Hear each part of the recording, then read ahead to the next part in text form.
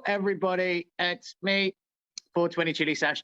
That's my boy, Michael, head honcho of Purple Tongue Hot Sauce over in Toronto. It's a small world. It's a small world, the hot sauce world, yeah? None of us realize it. Michael, for example, and we had a chat about this earlier. We sit in our little areas doing our little things, and they spread out across the world. And we often have zero idea of it personally.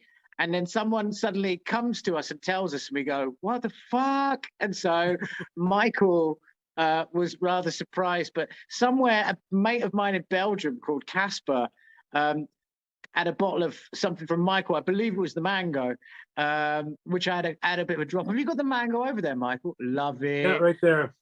What's in it? Just tell the bods out there in hot sauce land. What's in it? So I make my original 6 sauces that I made are made with Carolina Reapers and ghost peppers. So the mango is pretty much just a straightforward hot mango sauce. Tons of mango with some lime, a little bit of vinegar, some salt and pepper, some seasoning. That's pretty much it. You know, straightforward hot mango. It's got a lovely. I had a little drop from Casper, my Belgian buddy, and it's got a lovely fruity overtone to it. It's nice for me because it reminds me of the bastard love child of 2 of my sauces. Because the first sauce I ever produced, which has become our classic sauce, is a mango-based sauce, and the sauce I'm selling the most of right now, roundabout, is our Big Son, which is a lime-based sauce. And it's interesting because I could feel both elements in there. But I love it because I said to my boy Michael up there, I was like, oh, my mate from Belgium, give me a drop of that. It was great. And Michael was like, what the fuck? How is my hot sauce? How'd you get Belgium? That? Yeah, man. But actually, it happens all the time. I had a Canadian customer here at the Chilli Lounge come in one day. And, you know, he's a hot sauce dude. He lives between Germany and Canada, and he wandered in with a bottle of Bayesian Tiger from Jeff, from Jeff Davis, from Island Sun. And I tried it, and I was just like, oh, my fuck. I love that sauce. It's like unbelievable. And when I told Jeff, who's the boss over there of Island Sun, I was like, bitch, that fucking Bayesian Tiger.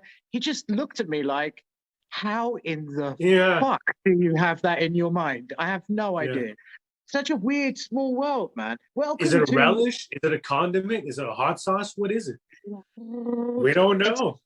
It's impossible for me to explain to Germans because in Germany they don't have piccalilli. The closest thing I could compare it to, the Bayesian Tiger, is something like a piccalilli type flavor to me. Maybe that's just me. But then when I tried to tell the Germans around me about piccalilli, they were looking at me like, pickle what? What the fuck? What are you talking about? It gets confusing. You know what I mean? But mango's not your first sauce. What was your first sauce, Michael? Well, I made a blueberry sauce way back because I love blueberries.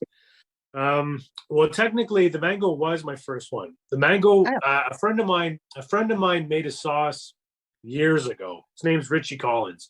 He got into hot peppers, growing them on his deck. Grew like Scotch bonnets, ghost peppers. You know, he had about 7 or 8 different ones, and he ended up giving me a jar of his hot mango sauce. And I was fascinated by it because around that time, I started seeing the Carolina Reaper become very popular. Was that 2006, 2008, something like that? No, for me, the Reaper, I think that's got to be, it's like 2013, 12, 13, no? Okay. I think the ghost pepper goes back to 2007. I could be wrong. I'm an old man. I get confused. Listen, I could be wrong too, but I started getting to know the Reaper around 13, 14, maybe 2012. But and that was after he gave me, you know, a jar of his sauce, and I just got fascinated by it. So when I started researching the Reaper, I was looking on YouTube videos, trying to find people that were eating Reapers all the time, trying to see what exactly we're talking about here, because I've always been fascinated by hot peppers. And I ended up stumbling upon, it was a video that Sean Evans did from Hot Ones, First We Feast, the Hot Ones interview guy. Sean Evans did with Chili Klaus. You know Chili Klaus? I love Chili Klaus. He did the opera dosing, not opera, the Yeah, orchestra dosing. yeah, If you've never seen that video, watch it. A whole yeah, orchestra dosed with Carolina Reapers trying to play music. Fuck's sake, it's yeah, great. Sorry, Mike. yeah. So I didn't realize it at the time, but I realized it later on after I started the whole world of hot sauces and hot peppers opened up to me. But at the time, I had no idea who these guys were. I just thought they were two guys idiotic enough to eat these Reapers, and they were in the bottom level of some New York restaurant that I don't believe exists anymore. And they were slicing up these Reapers and eating them, and it was the funniest thing I'd ever seen. But it was also scary because I'm going like, these guys look like they're experts, and they're getting killed by this thing. There's a I'm still burping up hot sauce, by the way, from our segment. Sorry, boys and girls, if you don't know, we've just been killing hot sauce and drinking whiskey. That's why my boy over there's a bit disabled. Sorry about that, Michael. Yeah. So there's a flower nursery, like a plant nursery, 2 blocks away from my house. Went there one year. This has got to be 14, 15, maybe. And they started selling the Reapers there. And I thought this was amazing because I'd never seen them anywhere else. So I had to get one. Got one, brought it home, grew it. And at the end of the year, I'm staring at these pods going like, now what do I do? Like, I'm not eating these things. This is insane. I ended up having a dinner. It might have been a Thanksgiving dinner, something like that. And Thanksgiving, we celebrate in October in Canada. So it was just after the harvest of my peppers. And we sat down, and there was a few of us that tried it. And sure enough, it was crazy. It was crazy hot. But I got through it, and I realized, okay, you just have to get by about 4 or 5 minutes, and then it starts to ease off. So from that, I started thinking, okay, you know what? I need to make myself some Reaper sauces. My wife went out and bought a Vitamix blender. And I'm thinking, like, why would you go buy a Vitamix blender? We have a blender at home that works. No, Vitamix blenders are ridiculous. She started making smoothies, and I started realizing that she was just throwing everything in, and everything got ground up into a nice, smooth texture. And I thought, wait a minute, I can do this with hot sauce. So I made my mango sauce that way. And because my friend, when he made his, it was very pulpy, lots of seeds, and it was very chunky. But I like my sauces nice and smooth. So I'm thinking like, oh my gosh, I can do this now. So I made my first batch of Reaper sauce years ago. I have pictures on my Instagram of me in goggles and masks. I thought that's what you needed to do. You still you should if you're not stupid. But like me, I'm past that point now. But I'm all goggled up. I'm out on the barbecue in the backyard, and I'm making this, and I've got everything ready. I'm boiling it down, blended it all up, and it was amazing. So from that, I ended up making the blueberry one because I love blueberries, like blueberry jams with my eggs in the morning. And I figured, you know what, I'm going to make a blueberry sauce. So I did that. And then I had those for a couple of years, but through the pandemic, so when the pandemic hit March 2020, our family business was, we have a bingo hall. I'm not sure if bingo is popular over in Germany or not, but for sure it is. For sure okay, it is. well, and I could imagine that you got closed the fuck up around about March the 13th, huh? Yeah, that's basically what happened. So, we were told to shut down 2 weeks, and unfortunately, we ended up losing the business through this. So that's another story in itself. But the first summer, which was the 2020 summer, it was basically a lot of our family trying to resurrect this business. But while I was doing that, I had the summer off. I took the summer off. I was like, you know what? I'm just going to enjoy my time. And I ended up growing a bunch of hot peppers. I went back to that same nursery and got scorpions. I got, the chocolate butlas. I got more Reapers, yellow ghost, purple. I got a whole bunch of stuff. So at the end of the year, I had like 9 or 10 different plants going. So I made like 9 or 10 different sauces. Some were good, some weren't. Some we'll never talk about ever again. But one of them that I made was, so going back to Chili Klaus. So after watching Hot Ones and going, hey, that's that guy I watched in the video way back when he was trying the Reaper. And I realized that the guy who he was with was Chili Klaus. So I started following Chili Klaus a lot. And Chili Klaus was on Hot Ones a few times. So I'm watching these guys and I'm loving everything that they're doing about it. So I went on YouTube and I started following a lot of the stuff that Chili Klaus was doing. And I noticed that he went to the New York Hot Sauce Expo 4 or 5 years ago, maybe. And he was going around booth to booth. And one of the sauces that he tried was a carrot hot sauce. And I know carrots are sweet just from juicing, but I didn't know you could make a good carrot hot sauce. So I'm watching them eat this, and I got me thinking, you know what? I'm going to try and make a carrot hot sauce. So I looked up some recipes and basically took a lot of the stuff that I wanted. I wanted something different than what I was doing before with the sweets, with the blueberry and the mango.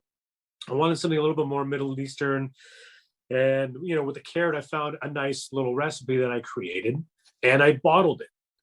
But just prior to doing that, I had all of these sauces at home, like in all of these different bottles, clear bottles. And I started losing track of what was in each of these bottles. I said to my wife one day, I need to make some labels for these things because I'm losing track. I don't know what's in what.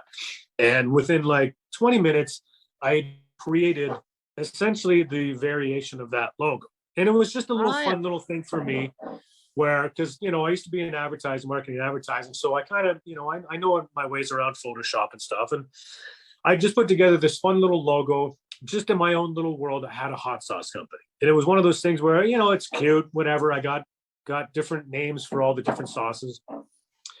So when it came time to making the carrot sauce, I really liked it. I liked it a lot. And I bottled it and I put a label on it. And on my Instagram, you can actually see the photo where I took a picture on the deck. My dog's in the background. So my dog, for those that don't know, he is the brand. He's so got cute. A purple tongue, and he's sitting right next to me, and I'll show him to you in a bit. But that's where only Chow Chows had purple tongues. He's half Chow Chow. Okay. So this is the boy here. Sorry about that. This is the boy here. Can you see him? Hello, Mr. Purple Tongue. That's the brand. Name? His name is Sukochi, which Sukochi is the Japanese way of saying Scotch.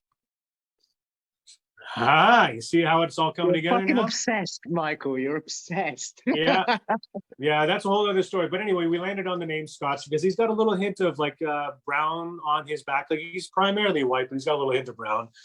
And I said to my wife, like when we picked him up, like, you know, how do you say Scotch in Japanese? And she goes, Sukochi. And I was like, oh my gosh, that's his name right there. You know, it's very much a husky-ish, lots of C's, lots of K's, lots of I's in the name. Right? That's perfect. So his name is Sukochi, otherwise known as Mr. CEO, because he's the brand, he's the face of the company. And without him, I've got nothing. So anyway, I posted the picture on Instagram with the carrot sauce. And one of my friends from high school I hadn't seen probably in 20 years, says, man, that looks good. How much do you want for that? And my reply was, I don't want anything for it. I just make this for my own amusement, and I like making hot sauces. Like, no, seriously, I like hot sauces. Sell it to me. So on the side, you know, I worked it. I think I sold it to him for like $15 or whatever. Sent him a couple of bottles, but I also sent him some other stuff. And through that, another friend from high school got on, wanted some. She wanted to bring some to her work because a lot of her co-workers loved hot sauces. And I created an Instagram page with the logo on it, but a lot of people started adding themselves to the company. So my carrot picture was on my personal Instagram page, but I, in the meantime, created a Purple Tongue hot sauce Instagram page, but there was nothing on it. But there was a whole bunch of people kept adding themselves to it because I guess they saw my name and they're like, what the hell is this all about? So after my friend bought those bottles of carrot, I said to my wife, you know what, maybe there's something to this. Maybe I'll just let everybody know what I'm doing. I've got a passion for hot sauce, and there's a whole bunch of people kind of waiting to see what I'm doing because, you know, why else would they be adding themselves to this page? And I put the post out. It was like November 2020 saying, hey, everybody, this is what I've been doing. I started making my own hot sauces, and this is what I do. And I make 6 of them, and these are the flavors. And I got 30 to 35 orders of 6-packs of hot sauces, just like that. And it was like one of these things. It was like, what? Can I swear? I was like, feel free. What the fuck did I just do? So I was in panic mode because, you know, in my little storage area, I probably had 3, 4, maybe 5 bottles of each sauce. And now here I am going, what have I just done? Like all these people want this stuff. So the next 3 or 4 weeks, which was just prior to Christmas holidays and Christmas Day, all of these people wanted this for their gift giving. So for the next 2 to 3 weeks, I was not sleeping. I was frantically making sauces, getting labels together, driving, getting bottles. Like, it was insanity. I lost like 8 pounds in 3 weeks because I didn't have time to eat. I didn't have time to sleep.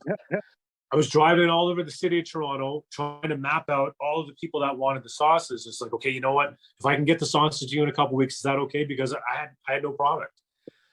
So I eventually got through that, fulfilled all the orders.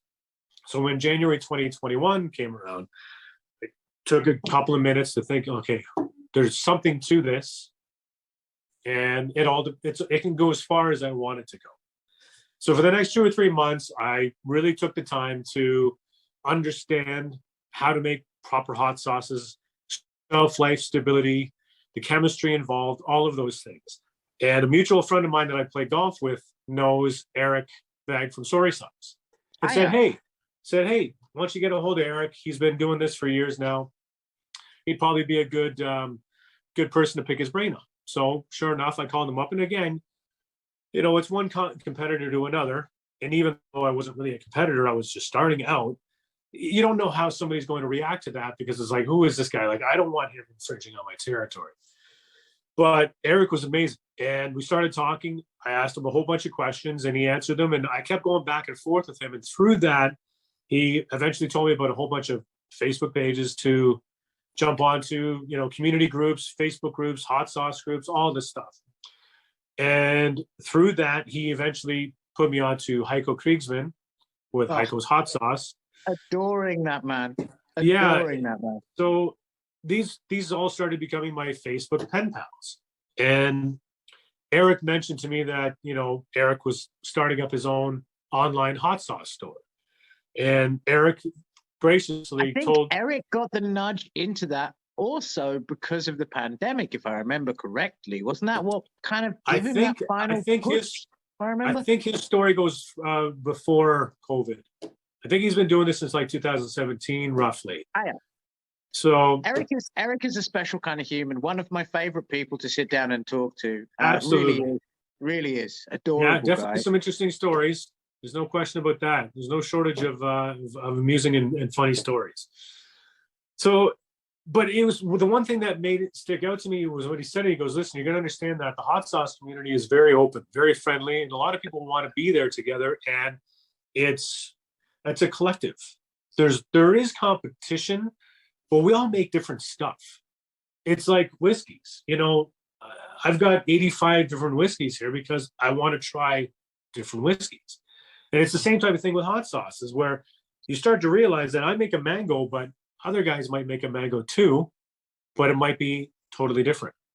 It's an expression of personality almost. I mean, I find that when I look across different people who produce similar products, I'm helping someone at the moment, my friend Uncle Johnny, Uncle Johnny's Hot Sauce, who is producing a sauce essentially which carries very much the same ingredients as one of my best sellers. Yeah. But when I taste it, and I've tasted it all the way through the production process, the development process, it tastes different because he's a different man, Yeah, it's an expression of personality almost. Yeah. There's no question about that. Everybody's got their... So I made all these sauces based on what I like, because I wanted to enjoy my sauces. I've had other hot sauces that I'm sure you had as well. You try them and they taste like shit. They're hot, but they taste like shit. And you're like, I've just ruined my dinner. I'm not going to continue eating this. So I didn't want to do that. So a lot of the times when people come to my, my markets where I sell, they're like, their question is, does this taste good? Because it's like... It's so funny that people ask that question because they automatically assume hot sauce. And I say, no, the absolutely. one that gets me is when they ask me what's the best one. I'm like, I don't know. Which is the best of your children? Tell me. Yeah, I know, you've got 4 children, so which ones do you hate and which one do you love? Do you know what I'm saying? Yeah, don't try this one. This one tastes like shit, but here, try these other ones. Yeah. But so Eric eventually said, you know what, I've talked to Heiko and, you should jump on his online hot sauce store because he's creating it for Canadian brands only. That was my online Canadian hot sauce store. Correct. If I've got that right. Have I got that right? The online absolutely. Canadian hot sauce store. everyone should jump on there because it's a place where you can get all of the people I love from. You've got Sorry Sauce from Eric Begg. You've got Capsaicin Cartel from Nico and Kat. You've got, of course, Purple Tongue on there. Heiko Kriegersman, the dominant, let's call him the padre figure of the whole shebang. Jeff Davis's Island Sun. Calgary's sourced, the boozy hot sauces. All of it is there. Go there. Yeah. It's great. Yeah, the online Canadian hot sauce store. Yeah. So that was my first real conversation with Heiko, where I knew him, introduced myself to him, a month or two ago. But then when it came to this, it was like, it's a great opportunity for me to get my sauces on there. Eric put a great referral, highly recommended to Heiko. So when I got a hold of Heiko, he's like, absolutely. So got my sauces on his site, which is amazing. And just through Facebook and stuff like that, I started understanding, Jeff Davis from Island Sun, Nico from Capsaicin Cartel, a whole bunch of like Hurtberry sauces, because Hurtberry wonderful, is just north of me in Port Perry. So, and I'd seen some of these sauces before, but now that I'm saying, oh, these are the guys that own them. So it was kind of weird that I started understanding and getting to know the owners, but didn't end up meeting any of these people until the Ottawa Expo, which Heiko and his lovely wife, called Heating Up the Capital. And they did that the first weekend in September at a winery just south of Ottawa. Been trying to get this thing together for a couple of years, as I understand, and they finally decided to move it out of Ottawa into this vineyard. Awesome piece of land. And eventually got to meet all of these people. So I'd met Eric the week before in London because it was a hot sauce expo in London. But I met Jeff Davis in Ottawa. I met Andrew from Hurtberry, Heiko, Angela, Jeff Davis, if I had mentioned them all. I met all of these guys. And it's like, oh my, now I finally can meet everybody that I've been pen paling with since January. And this is September. And the one thing that stood out to me was just how amazing everybody was, how friendly everybody was. And now we're at a hot sauce expo and there's 21 other vendors or 20 other vendors, but we're all selling our wares and, in competition, but not in competition because everybody's got different stuff. And it was one of the greatest experiences. I'm sure you've heard about it before, but the place, there was about 1,100 people that went through that day. Nobody expected that type of business to go through. It was incredible. From like 11 o'clock in the morning until 3. The thing went till 6. But we all sold out by 2 or 3 o'clock. Every vendor was done. It was like, what just happened here? Oh! Not only did you all sell out, they actually, if we're talking about selling out, I was online chatting with the Capsaicin Cartel's El Jefe, or Nico, as you might call him when he's not working. And not only did they sell out by 2 or 3, then directly afterwards, the customers at the Heating Up the Capital crashed Nico's website. That's right. Yeah, they did. Yeah, there was a little problem there for a bit. Yeah. So you gotta love it, man. But the funny thing about, little self-gloating here. The funny thing about the Ottawa event was the week prior, London had the heat wave. They've been doing that for a few years. I think they might have done it in other cities, but London 2021 in August, supposed to be in February, but because of COVID, they couldn't do it indoors. So they moved it and it was outdoors, 40-degree heat, 2-day event. First time I'd ever gone to an expo. So I'm nervous as hell. Like I'm going up against Hurtberry, Dawson's, no, it's the big boys. It's just a wide variety. Ginger Goat was there, a whole bunch of guys. These are bigger guys, and that's where I met Eric. So I'm just this little guy. Just started my hot sauce company. Technically, April of that year, because once I got my shelf life stability, all that stuff, and I started getting real labels. That was about April or May of 2021. So I had no idea what to expect. So I ended up bringing 6 dozen of my 6 sauces to the event, brought home 5 dozen of everything. So it was like, okay, slightly overpacked, that's maybe, and a lot of sampling going on. A lot of people were there to sample, not a lot of sales. I'm sure other vendors did pretty well. And of course, I'm pretty new, so nobody really knows who I am. But feedback was pretty good, but not a lot of sales. So it was like, okay, all right, for next week in Ottawa, it's only a 1-day event. I'll bring half of the amount. Bad idea.